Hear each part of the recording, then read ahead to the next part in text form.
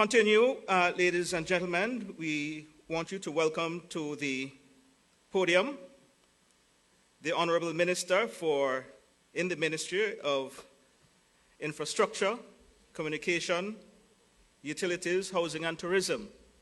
And perhaps he may say or tell us why he stays up at night. Let us welcome him. The Honorable Hayden Hughes.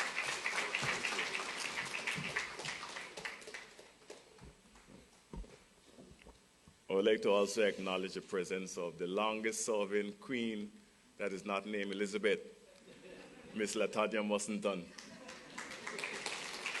who has been serving as the Queen of Anguilla since 2019.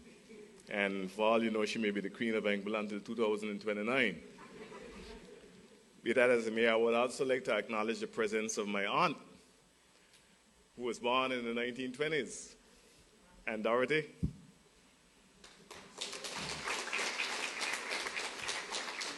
She has seen much. I would like to adopt the protocol that has been so eloquently established. I would like to personally welcome those here in person and those watching and listening via the various mediums.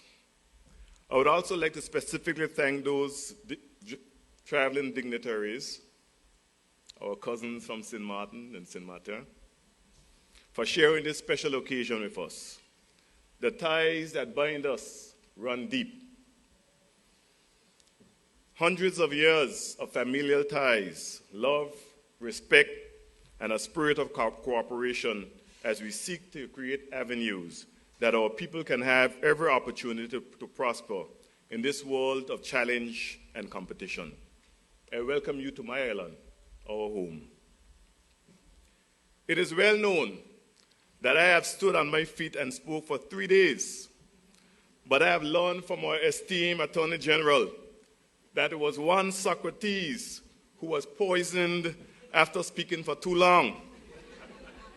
So for the fear of meeting the same fate, I will not torture you with any long speech that could very well cause me to meet my untimely demise.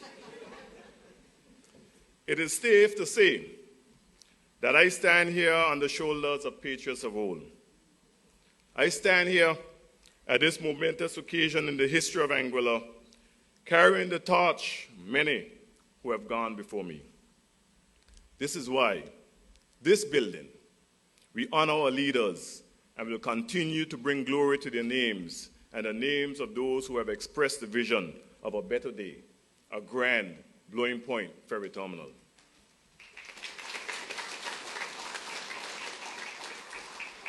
I am cognizant of the need for the Blowing Point Ferry Terminal and the contributions by the leaders who have built, improved, and hope that someday we could have a facility such as this that represent us as who we are as a people. For it was many years ago that the Anna administration built a terminal that was damaged by Hurricanes Irma and Hurricanes Louis. That terminal stood firm for decades through natural disaster and man-made disasters. Many governments tried to improve it, including the outgoing AUF administration, and many also spoke of a modern fit-for-purpose facility. So much so that the AUF, under the leadership of Mr. Osborne Fleming and Mr. Victor Banks, commissions Jacobs Consultancy out of Canada to conduct a study and a plan for a new terminal. That study was finalized and presented, complete with a conceptual building, in March of 2008, well over a decade ago. The concept stood idle on a table in the old terminal for many years.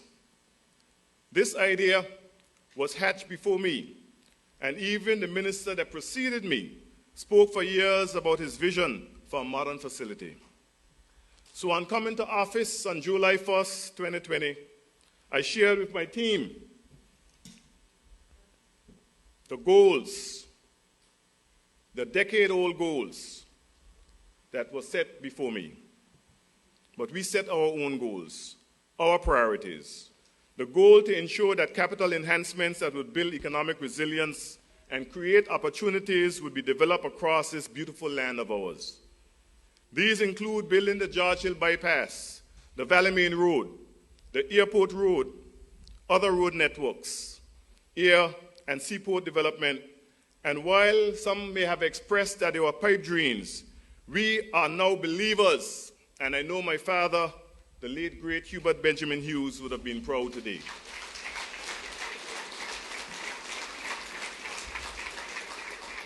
I must say, it is sometimes confusing when I read and hear that a great work that is being done by this administration is minimized and somehow attributed to someone else.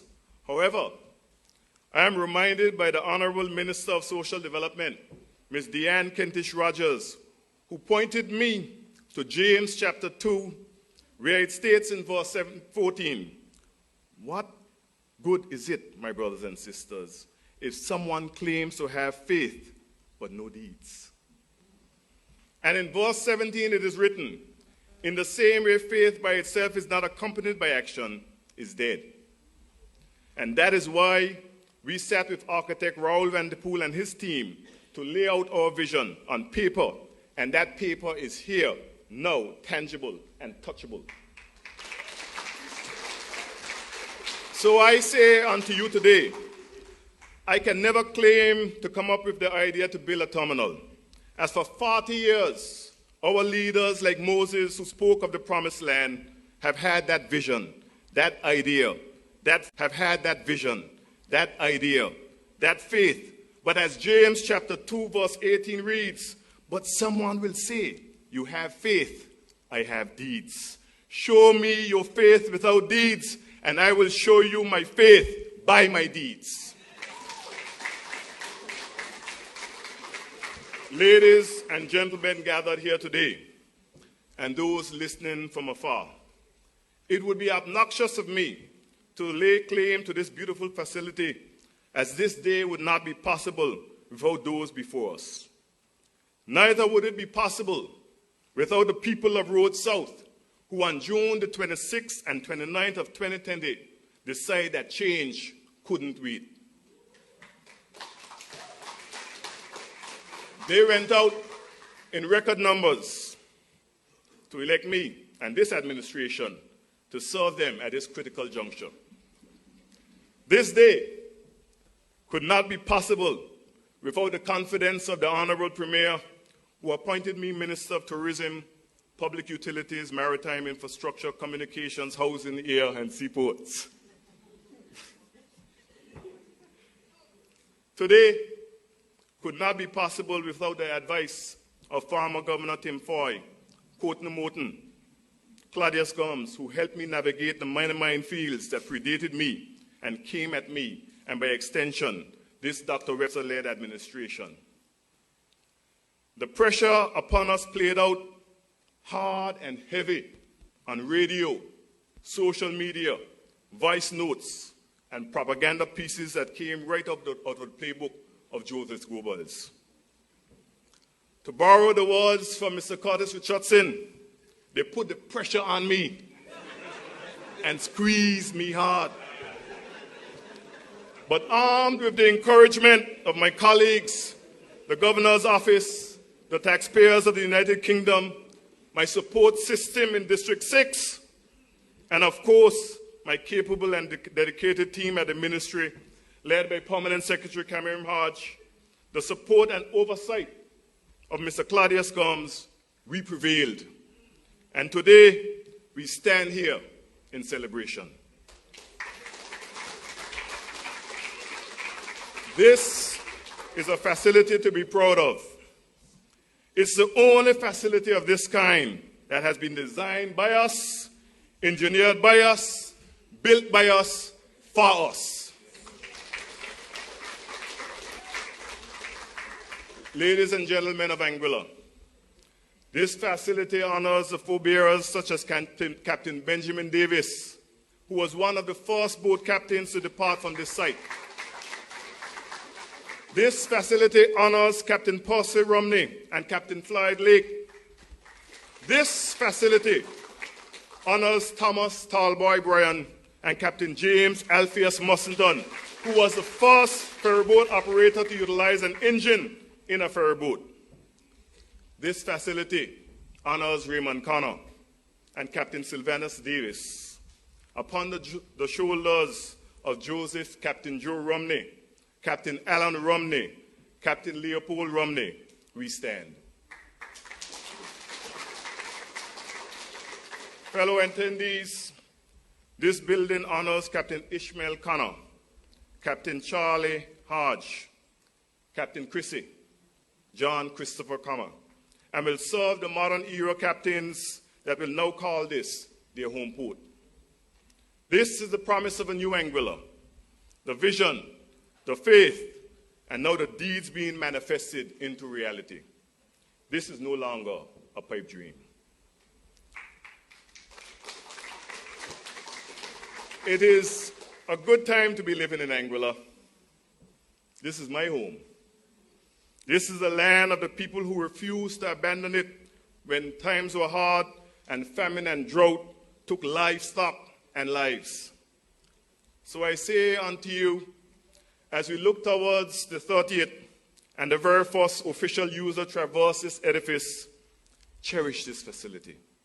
Take care of it, and it will take care of us. Remember this blessing and the blessings that has been bestowed upon us. This place, this island, this country. The land that is dubbed the culinary capital of the Caribbean. The land of the first Anguillian to be drafted into the WNBA, Miss Micaiah Kiki Harrigan. The land of West Indies players Omari Banks and Jamal Hamilton. This is our Anguilla, where we put people first. This is the land of the first black Miss Universe, and now the minister who will deliver on the promise of a new cultural center, putting the pressure on you, and squeezing hard. Miss Deanne Kentish Rogers. This is our land, our facility. The land of Olympian and European sprint champion, Mr. Zarnell Hughes, and British long jump record holder, Miss Shara Proctor. There is so much to be proud of. So much to be proud of, Anguilla. This is the land of Banky Banks, Ras Bucket, and the Sunshine Shack. The land of international cycling star, Mr. Hassan Hennis, who hails from right here in this community. In closing, I would like to thank Governor Delaney Danielle Selvaratnam. It took 6 months to pronounce it right, but I got it right. Mr. Darren Foles Beatty, he's not here with us any longer. Deputy Governor, my cousin, Mr. Perrin Bradley. The FCDO and the generous taxpayers of the United Kingdom and the Anguillan taxpayers who contributed to the development of this facility. I would like to thank the Anguilla Tourist Board, best tourist board we've ever had. I would like to thank Mr. Kevin Carty, Brian Corbett, and the team over there at Aurora Resort. I want to thank Jeff Goldstein of Zemi Beach and Jeffrey Feiger of Quintessence. For their contributions, it may take 5 years to learn to say that too. For their contributions to the enhancement of this facility. I would like to thank Premier Webster and my colleagues for their unwavering support. I want to thank Mr. Leroy Gomes, change work for you, of Leeward Construction for delivering. Thank you, sir. Thank you, Astor. Where's Astor? We are grateful. Your work is not unnoticed. I want to thank you all for sharing this auspicious occasion. And I want to thank my team at the ministry. But today, I want to single out Mr. Claudius Combs.